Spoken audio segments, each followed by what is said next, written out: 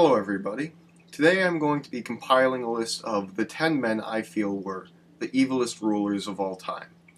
The basis for this list is going to be A, how many people these men killed, or how many people died as a result of their actions or policies, and B, what their motives were for killing the people that they killed.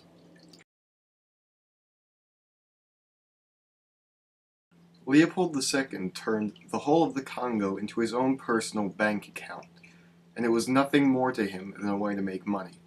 Under his rule, 10 million Congolese died from starvation, disease, or most commonly, brutal torture or execution by Belgian troops.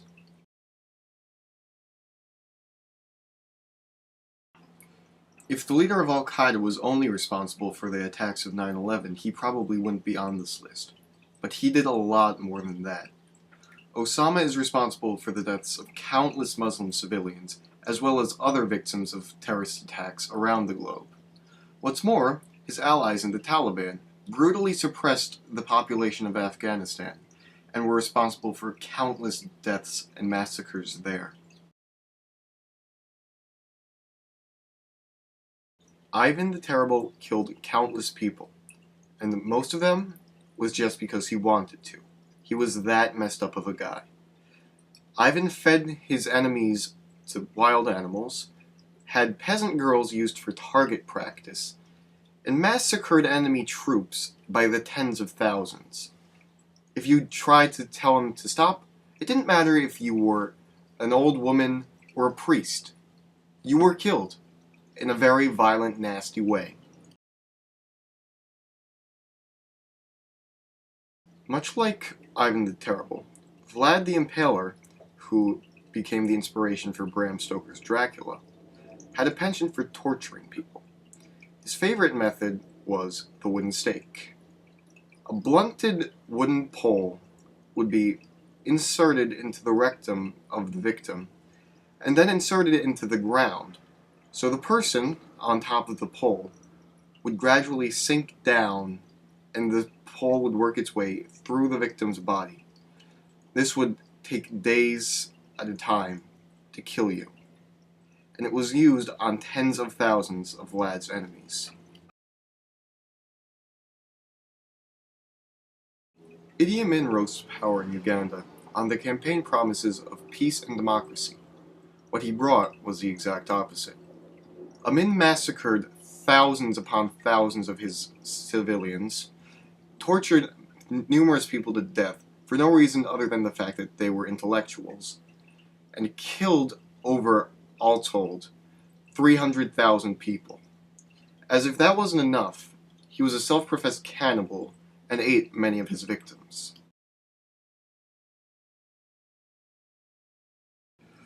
Mao Zedong's policies in China resulted in the deaths of over 70 million people.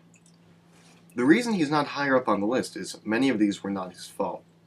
Some of them were about, well, maybe 15, 20 million were brought about by famine.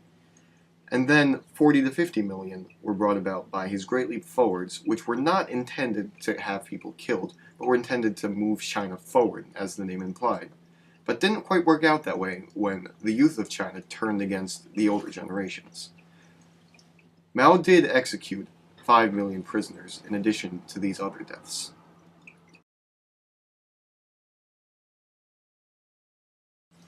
Pol Pot had a grand vision for a new communist Cambodia. Unfortunately, anyone who was an adult or had an education, or even wore glasses, or did anything that he thought was wrong, had to die. Pol Pot violently murdered over a third of his country's people, all in an attempt to make it what he thought was a good place. Who's worse? The man who creates the plan to kill tens of millions of people, or the man who says yes to said plan? I'd call it a tie. Hitler was the one who came up with the final solution to Germany's Jewish problem, and Hitler said yes. Himmler orchestrated the deaths, while he was head of the SS, of tens of millions of Poles, Slavs, Jews, communists, and homosexuals.